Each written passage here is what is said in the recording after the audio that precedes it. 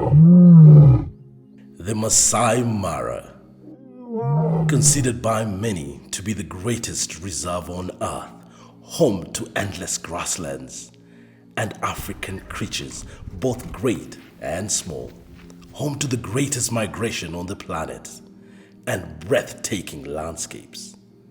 It is truly a photographer's paradise. Behind the scenes, ensuring this remarkable place is preserved for generations to come, you will find people who have dedicated their lives to protecting this landscape.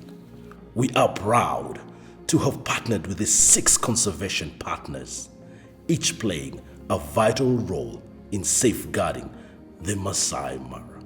The unkempt Taylor Fand, protecting wildlife and enhancing the lives of the communities who share their land, maintaining the delicate balance between conservation and community development in the Mara through anti-poaching and wildlife rescue patrols, providing academic opportunities for the youth by building schools and educational support, and women's empowerment projects to create sustainable opportunities for those who need them most.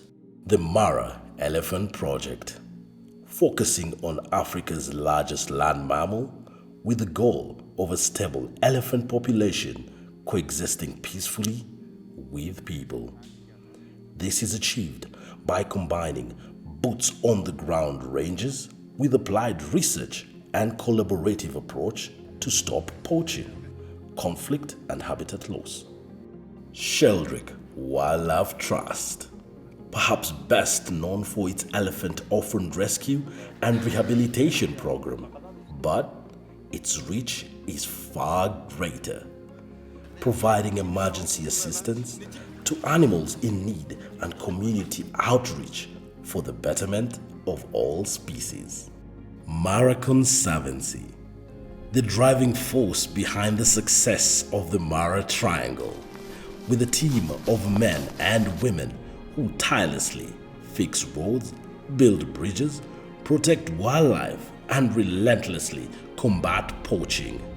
The Mara Trust, spreading the benefits of wilderness protection to local women and children by creating sustainable livelihoods, furthering education, and improving access to necessities such as clean water. Angama Foundation, doing well by doing good by doing well, using micro donations to make a huge difference, supporting communities by investing in healthcare, education, and conserving wildlife. Now, more than ever, these organizations need our help and support. This is the opportunity for photographers to unite and become ambassadors for the landscape that they so love, to use their craft to give back to animals and the people that call the Mara home. Through the powerful medium of photography, we can and we will help our silent heroes.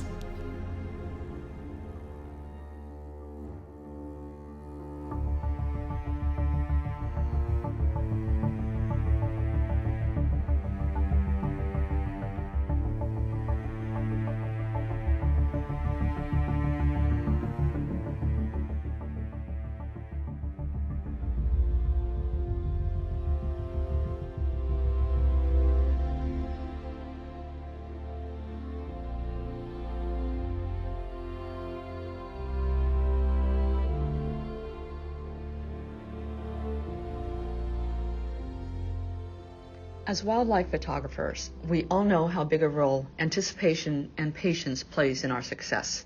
And that's exactly what we were dealing with here on this morning. We knew there were 2 lionesses with cubs, but they were completely hidden in the tall grass. And we were faced with a waiting game. And you never know, would they ever emerge from the grass, or would we just waste all of the good light waiting for nothing? But obviously they did come out, and they didn't disappoint, and we enjoyed some really special time watching 2 very young cubs playing and vocalizing. But Mom got impatient as they weren't getting anywhere fast enough, and we were able to watch her gently pick up one of the little cubs and carry him while the other one was nipping at her heels as they moved successfully on to a new protected place. Such a beautiful sight and a privilege to see.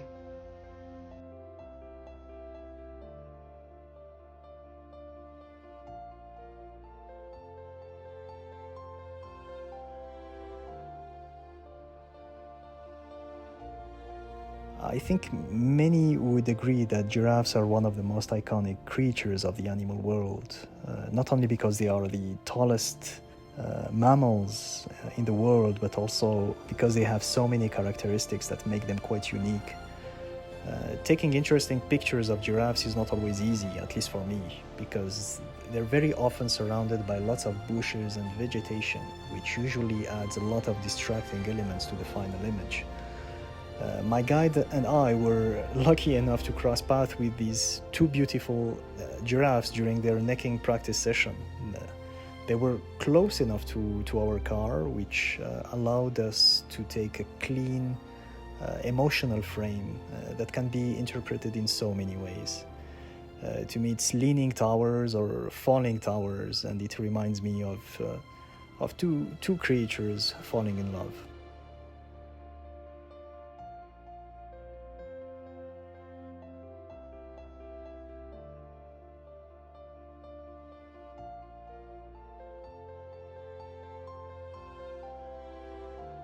Just a few minutes before sunrise, on a particularly wet and dark morning, John and I came across the legendary short tail of the marsh pride. He was sitting alone in the middle of an open field, glimmering with morning dew.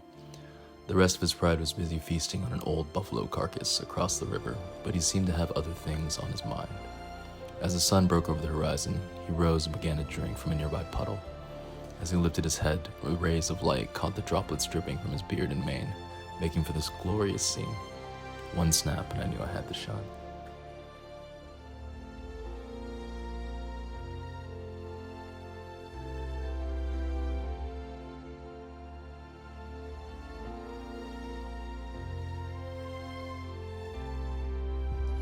This tiny young calf was feeding at a distance from its mother.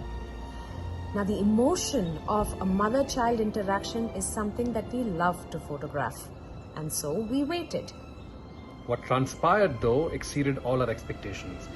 3 oxpeckers flew up into the sky at the reunion, almost like saying hallelujah at the moment.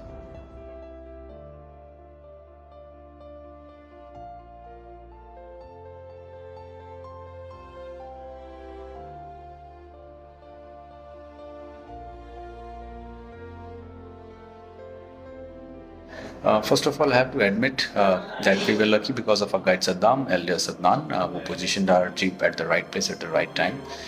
With the Topi Pride, lionesses returning after the unsuccessful early morning chase, and the cubs who had been waiting anxiously for a long time. I anticipated that the cubs will go crazy during the moments of them meeting their moms and aunts. However, it was the positioning of the jeep, right in front of the ant mound where the lionesses and the 2 cubs met together, which gives us this unique perspective and the beautiful morning light.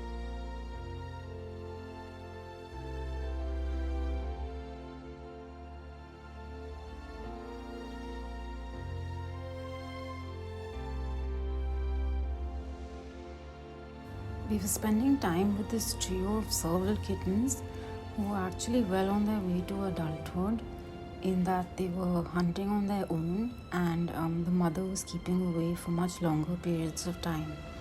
At the time of this photograph, one kitten was busy hunting, so we positioned ourselves such that the golden hour light was behind her. This lit up her fur and gave her a beautiful glow. The side turn of the head and flick of the tail completed this image.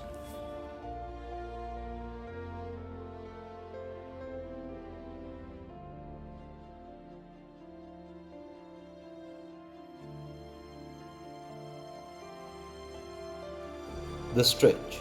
Following Nalango and Jaziri after waiting 4 hours for them to wake up created a great opportunity to photograph them walking along the river. My guide was quick to point out the opportunity to photograph them from a low angle and position the car on the dry riverbed. As she walked past us, she sat down just above us on the riverside, waiting for Jaziri to catch up. As he approached, she got up and stretched and looked right at us. The thing that stood out to me about this picture was the curves. The curve on the back and the underbelly while she looked right at us.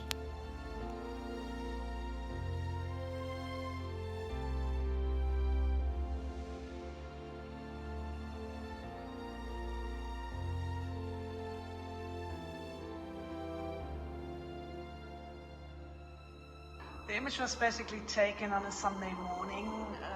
I was the last guest in camp. My friends already left, and so my guide and I, we decided to go on a game drive as usual, because we never miss a game drive. You never know what you see.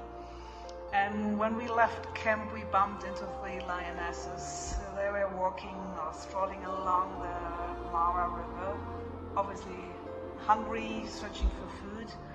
And I initially had the plan to take some great images in this morning light with this dewy, wet grass, maybe a portrait or something like that. And then out of a sudden the wildebeest started running directly towards us, obviously directly into my camera, and so I was able to take that shot.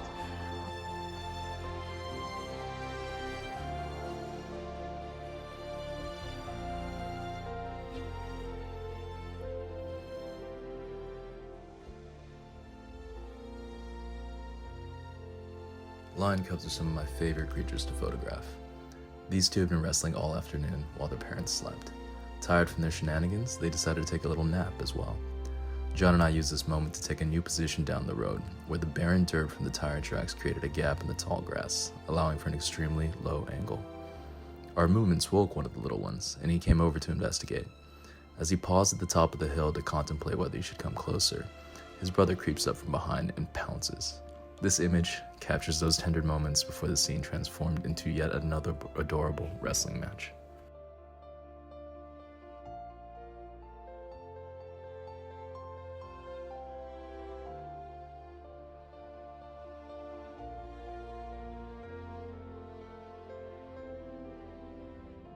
A little bit more about the image. It's selected to go to July to the Maasai Mara for the very reason that I'd hoped that the wildebeest would have been extremely motivated to cross the river at that time because it's early in the season.